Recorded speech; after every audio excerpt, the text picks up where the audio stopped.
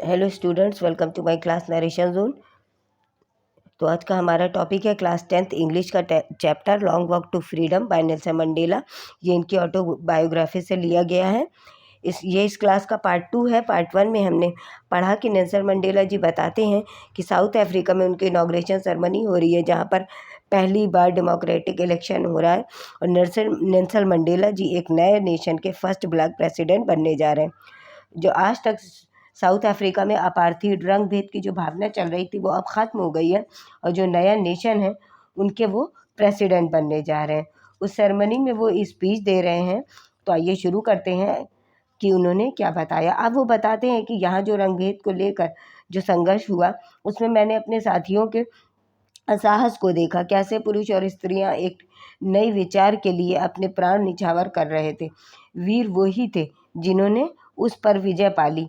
उनका कहना था नेल्सन मंडेला जी का कि किसी भी मनुष्य का जन्म दूसरे के वंश या प्रजाति से घृणा करने के लिए नहीं हुआ है, क्योंकि इंसान का जो जन्म हुआ है उसे जन्म से जो मिली है प्रवृत्ति में वो मिला है प्रेम।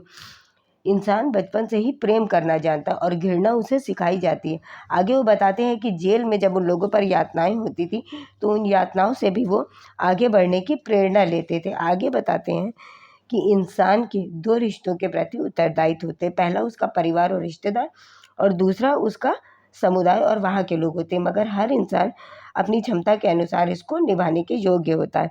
मगर साउथ अफ्रीका में जैसा जो देश था, वहाँ पे मेरे जैसे वंश के और रंग के जो व्यक्ति थे उनके लिए इसको निभाना असंभव था। साउथ अफ्रीका में एक डार्क स्किन इंसान की तरह ही जीवन जीना बहुत मुश्किल था।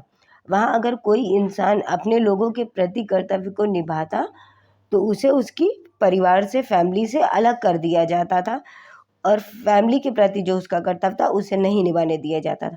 आगे वो बताते हैं कि मेरे अंदर जो फ्रीडम की भूख थी या चाह थी उसको लेकर मैं पैदा नहीं हुआ था, क्योंकि जब मैं पैदा हुआ तो मैं फ्री था हर काम करने के लिए। जब तक मैं अपने पेरेंट्स की बातों को मानता रहा और अपने रीति रिवाजों में बंधा रहा, तब तक मुझे इस फ्रीडम की चाह नहीं थी। ना ही मुझे इंसान के बनाए हुए किसी भी रूल से कोई दिक्कत थी।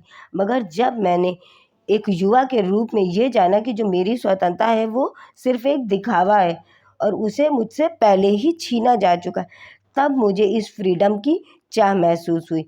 मुझे वो फ्रीडम चाहिए थी जो मुझे एक अच्छा जीवन दे और अपने परिवार के साथ खुश रहने में बिना किसी रुकावट के खुश रहने दे। मगर तब मैंने देखा कि मेरे लोग भी स्वतंत्र नहीं थे। जो मेरे लोग थे, फिर मैंने अपने अलावा अपने लोगों के लिए भी फ्रीडम का सोचा और मैंने अफ्रीकन नेशनल कांग्रेस को ज्वाइन किया और अपने साथ मैंने अपने लोगों के लिए भी फ्रीडम चुना।